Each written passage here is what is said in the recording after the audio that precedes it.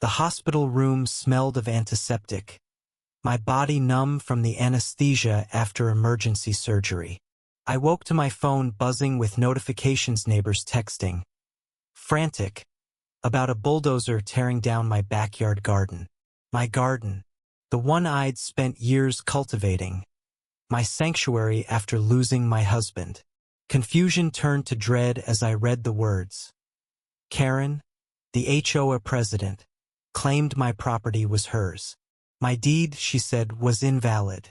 I was still groggy, tubes in my arms, when I realized she'd struck while I was helpless. Days later, I returned home, my garden a pile of dirt, Karen's smug smile greeting me from her porch. She waved a document, claiming it was the corrected deed, transferring half my land to her.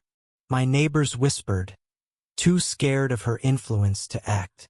Karen ruled our HOA like a dictator, fining people for unapproved mailboxes, shutting down kids' lemonade stands. But this, forging my deed, it was personal. I dug through my files, found my original deed, and hired a lawyer. The truth hit like a freight train. Karen had exploited my surgery, bribed a notary, and filed a fake deed with the county. My lawyer's voice shook with rage. This isn't just fraud. It's federal crime territory. The confrontation came at the next HOA meeting, packed with neighbors who'd heard rumors. Karen sat at the head, her pearl necklace gleaming, ready to deflect. I stood, holding my original deed, and laid out the evidence. The forged signature, the notary's confession, the county records. Gasps filled the room. Karen's face drained of color, but she doubled down, screeching that I was a liar, a hysterical widow. Then came the twist. Mrs. Delaney, the quiet 80-year-old widow next door, stood up. She'd been Karen's secretary years ago and had kept a mail-sproof. Karen had done this before, forging documents to seize land from a family who'd moved away. The room erupted. Neighbors who'd cowered now shouted, demanding justice. Karen's downfall was swift. The police arrived mid-meeting, cuffs clicking around her wrists as she screamed about her rights. The crowd parted, some filming, others clapping. My lawyer later told me the feds were involved: wire fraud, mail fraud, identity theft. Karen faced up to 30 years. Her house, the one she'd expanded with my stolen land, was seized.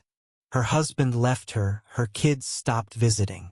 The HOA dissolved, replaced by a council of neighbors who vowed never to let power corrupt again. My garden, I replanted it, seed by seed, with help from kids who'd once feared Karen's wrath.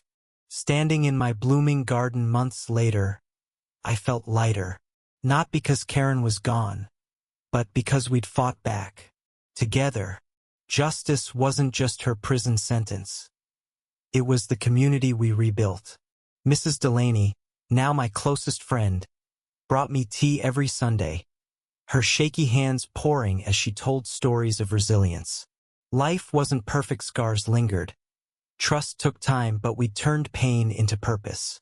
I learned that evil thrives in silence, but courage, even from the quietest voices, can shatter it.